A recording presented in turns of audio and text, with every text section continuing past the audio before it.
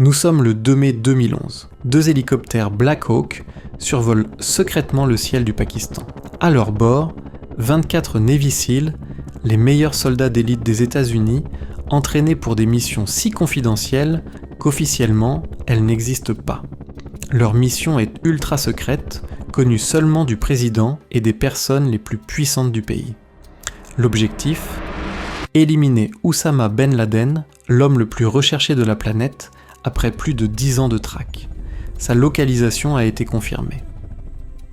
L'opération porte le nom de Neptune Spear et se compose de 3 phases.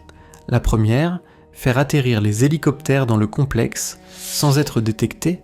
La deuxième, entrer dans le bâtiment principal. La troisième, capturer ou tuer Oussama Ben Laden. Grâce à de longues et complexes investigations menées par la CIA, les États-Unis ont réussi à localiser avec précision la cachette de Ben Laden.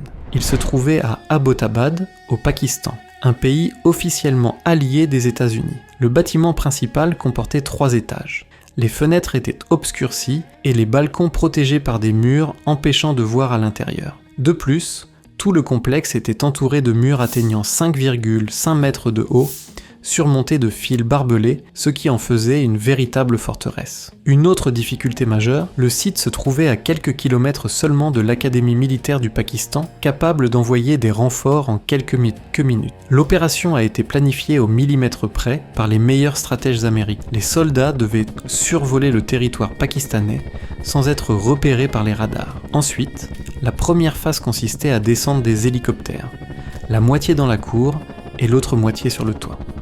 Mais cette nuit-là, quelque chose a mal tourné. Le premier hélicoptère a perdu le contrôle et s'est écrasé dans la cour. La tension à la Maison Blanche était à son comble. Miraculeusement, aucun des 6 occupants n'a été blessé.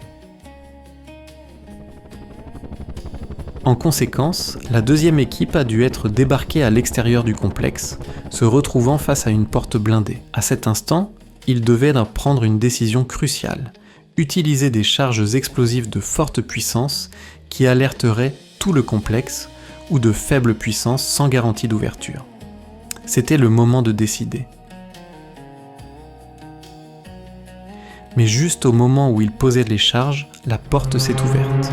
C'étaient les autres SEAL qui avaient atterri dans la cour. Une fois à l'intérieur, ils ont vite compris à quel point le complexe était organisé. En plus du bâtiment principal, il y avait un potager pour cultiver, des animaux d'élevage et une zone pour brûler les déchets, éliminant ainsi toute preuve potentielle. 5 soldats se sont dirigés vers le bâtiment principal pendant que les autres surveillaient le périmètre. Les portes intérieures se sont ouvertes sans difficulté et ils ont atteint l'entrée principale. Désormais, une seule porte les séparait du terroriste, le plus recherché au monde LS, ont enfoncé la porte. Le rez-de-chaussée était composé de plusieurs pièces. L'une d'elles ressemblait à une salle de classe pour enfants. Les autres étaient peintes des dortoirs. Beaucoup de gens vivaient ici. Les SEALs progressaient dans l'obscurité grâce à leur vision nocturne. Une silhouette a bougé dans l'ombre et a été abattue immédiatement. C'était Abu Ahmed, un messager connu dans tout le Moyen-Orient pour ses liens avec des groupes extrémistes. Il était depuis longtemps dans le viseur de la CIA. Pendant des mois, les agents l'avaient suivi minutieusement, analysant chacun de ses mouvements. C'est précisément en suivant sa trace que le renseignement américain a localisé ce mystérieux complexe fortifié en banlieue d'Abbottabad. Les soldats ont fouillé plusieurs pièces à la recherche de Ben Laden. Dans l'une d'elles, un autre homme a tenté de saisir un fusil, mais il a été abattu. Le rez-de-chaussée était sécurisé. Il était temps de monter au premier étage. Dans l'escalier, ils ont croisé un jeune homme qui descendait, curieux du bruit, et l'ont tué. C'était Khalid Ben Laden, le fils d'Oussama, âgé de seulement 19 ans. Les SEAL étaient maintenant au 2e étage, le plus important de tous. Les chambres regorgeaient crânes d'ordinateurs, de disques durs et de documents. Il y avait là des informations cruciales, noms, plans opérationnels, contacts, une véritable mine d'or pour la lutte contre le terrorisme. 2 SEAL, entendant des bruits suspects venant de l'étage supérieur, ont commencé à monter lentement, armes prêtes. En arrivant au 3e étage, ils sont tombés sur 2 hommes armés, prêts à se faire exploser. L'affrontement n'a duré que quelques secondes. Les SEAL ont réagi avec sang-froid et les ont abattus sans hésiter. Puis ils se sont retournés et, face à eux, étendu sur un tapis, il était là, Oussama Ben Laden, l'homme le plus recherché de la planète. En un instant, l'un des soldats a ouvert le feu et l'a tué. À ce moment précis, ils ont reçu un message radio. La base militaire pakistanaise avait ordonné le décollage de chasseurs. Ils savaient qu'ils étaient là. Les soldats ont placé le corps de Ben Laden dans une housse pour effectuer des tests ADN et confirmer son identité. Pendant ce temps, au 2e étage, les SEALs ramassaient tous les disques durs, ordinateurs portables et appareils électroniques possibles. Chaque octet pouvait contenir une information vitale sur le réseau terroriste international. C'était une course contre la montre.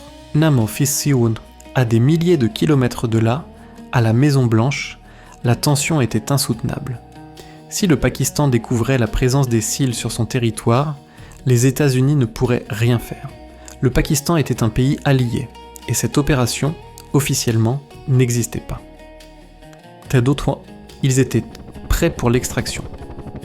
Après 90 minutes de vol dans un silence radio total, ils ont quitté le territoire pakistanais sans être détectés. La mission était un succès total. L'une des opérations les plus risquées et secrètes de l'histoire militaire américaine. Cette nuit-là, le président Obama s'est adressé au peuple américain. The United States has conducted an operation that killed Osama bin Laden, the leader of Al-Qaeda, and a terrorist who's responsible for the murder of thousands of innocent men, women, and children. Son corps a été immergé en mer par respect pour les traditions islamiques, mais aussi pour éviter que sa tombe ne devienne un lieu de pèlerinage, un symbole, un sanctuaire de la terreur. Mais la mission ne s'est pas terminée avec la mort de Ben Laden. Des couloirs sombres de ce complexe, les soldats ont emporté des dizaines de disques durs, d'ordinateurs et d'appareils électroniques. Une véritable mine de données. À l'intérieur de ces fichiers se trouvaient des noms, des contacts, des stratégies et des communications chiffrées. Les archives secrètes de la terreur. Dans les mois qui ont suivi, ces informations ont permis à la CIA de démanteler des cellules dormantes, de prévenir des attentats et de frapper durement l'organisation Al-Qaïda. Ce n'était pas seulement une vengeance, c'était une frappe chirurgicale qui a changé à jamais la guerre contre le terrorisme.